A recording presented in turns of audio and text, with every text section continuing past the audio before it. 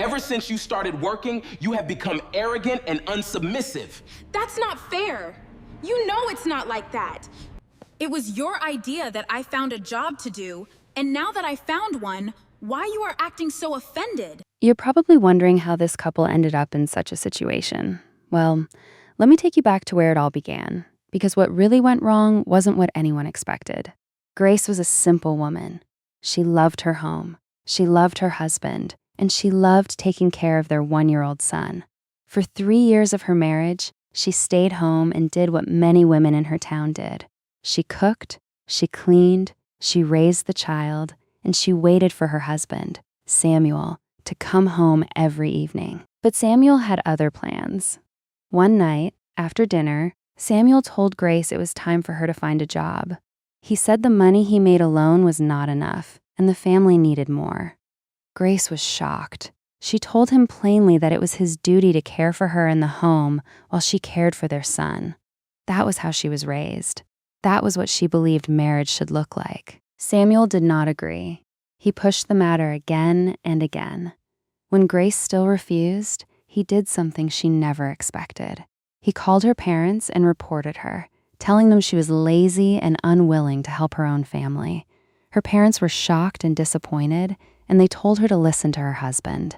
Samuel did not stop there. He looked her in the eye one evening and told her, plainly, that if she did not find work, he would divorce her. Grace felt cornered. She loved her son. She did not want her home to break. So, with a heavy heart, she agreed. She found a small job at a local company, a low-paying position that was far below what she was capable of. She dropped her son off at a daycare center every morning, and every evening she came home tired, cooked dinner, and still managed the house the way she always had. Samuel barely noticed the effort. He simply expected it. But something began to change. Grace worked hard. She was smart, she was disciplined, and she never missed a day. Her managers noticed. Within 2 years, she was promoted. Not once, but twice. Her small salary grew into something respectable, something that, before long, was bigger than what Samuel earned. At first, Grace was proud, and she thought Samuel would be proud too. She was wrong. Samuel started to change. He became quiet at the dinner table. He stopped asking about her day. When she got a new office, a new title, and new respect from her colleagues, Samuel only felt smaller. He had wanted a wife who worked because he told her to, not a wife who rose higher than he ever imagined. He wanted her beneath him, not above him. His jealousy grew quietly at first, hidden behind short answers and cold silence. But it did not stay quiet for long. One evening, Grace came home excited. Her company was impressed with her work, and they wanted to send her abroad for a bigger role, a role with even more pay and more opportunity. She told Samuel with a bright smile, expecting him to celebrate with her. Instead, something inside him broke. Behind closed doors that night, Samuel's jealousy exploded. He shouted at her, accused her of trying to outgrow him, of trying to embarrass him in front of his friends and family. Grace tried to calm him, tried to explain that this was good for their whole family, but Samuel would not hear it. He began spending more time with a certain friend of his, a man who filled his head with bitter words, telling him that a wife who earned more than her husband would never respect him, that he needed to bring her down before she left him behind completely. Samuel, weak and wounded in his pride, listened. He began making trouble for Grace at every turn. Small arguments that grew into large ones, accusations that made no sense, a coldness in the house that made even their son feel the tension. But it did not end there. Samuel wanted something bigger. He wanted to stop her from moving forward completely. So he did something terrible. He went to Grace's company and told a made-up story about her, a lie carefully built to destroy her reputation.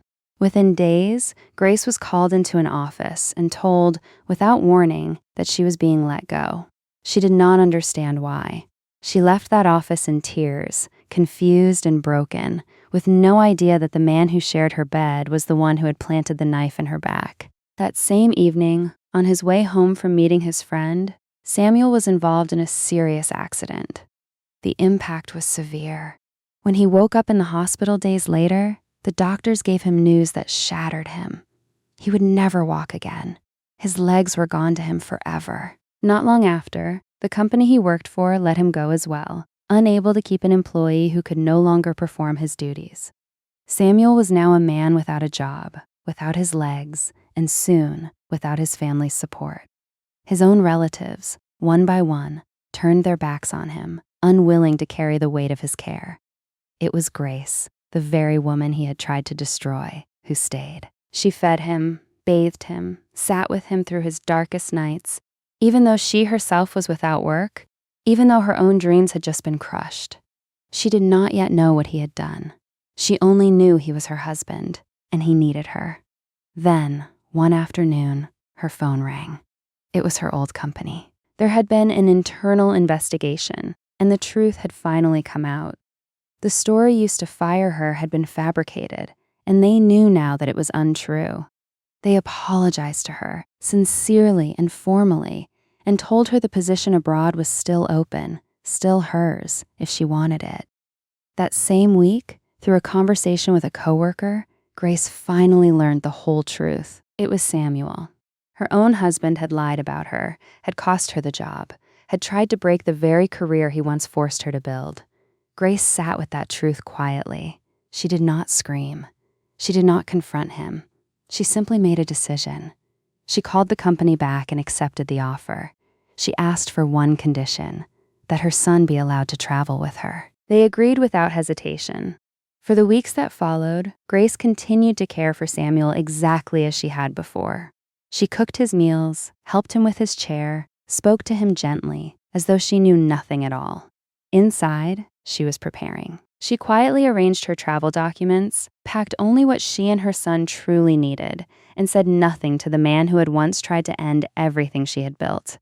On the morning of her flight, she kissed her sleeping husband on the forehead one last time, picked up her son, and walked out of the house they had shared, closing the door softly behind her. Samuel woke up later that morning to a silence he had never heard in that house before.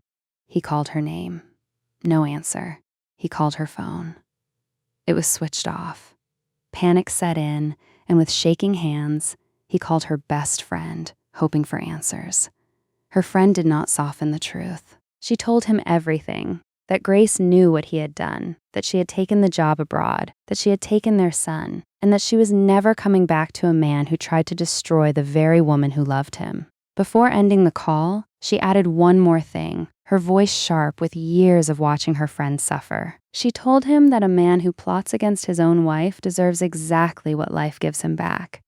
And if that meant spending the rest of his days in a wheelchair, then perhaps it was simply the harvest of what he had planted. Samuel sat alone in that empty house, in his chair, surrounded by silence, and for the first time, he understood the full weight of what he had done. Regret came flooding in, heavy and useless, because regret that arrives after the damage is done can rebuild nothing. Far away, in a new country, Grace began again. She raised her son with quiet strength, built her career higher than she ever imagined, and found a peace she had never known while living under Samuel's shadow. She did not leave out of hatred. She left because she finally understood a simple truth, that no one should have to shrink themselves just to make another person feel tall. And that is the story of Grace, the wife who was pushed down, lied about, and betrayed by the very man who once demanded she rise, and who, in the end, rose anyway, without him. The moral lesson. This story teaches us a simple truth. A true partner does not fear the growth of the one they love. When Samuel pushed Grace to work, he wanted help. But when that help grew bigger than his own pride, he could not celebrate her. Instead, he let jealousy and bad advice from a bitter friend turn his heart against the very person who stood by him. A marriage is not a competition. One person's success should never feel like another person's defeat. When we start to measure love by who is above and who is below, we lose the very thing marriage was meant to be. Two people building something together, side by side. The story also reminds us that what we plant, we will one day harvest. Samuel planted lies and sabotage against his own wife, and life gave him back pain he never expected.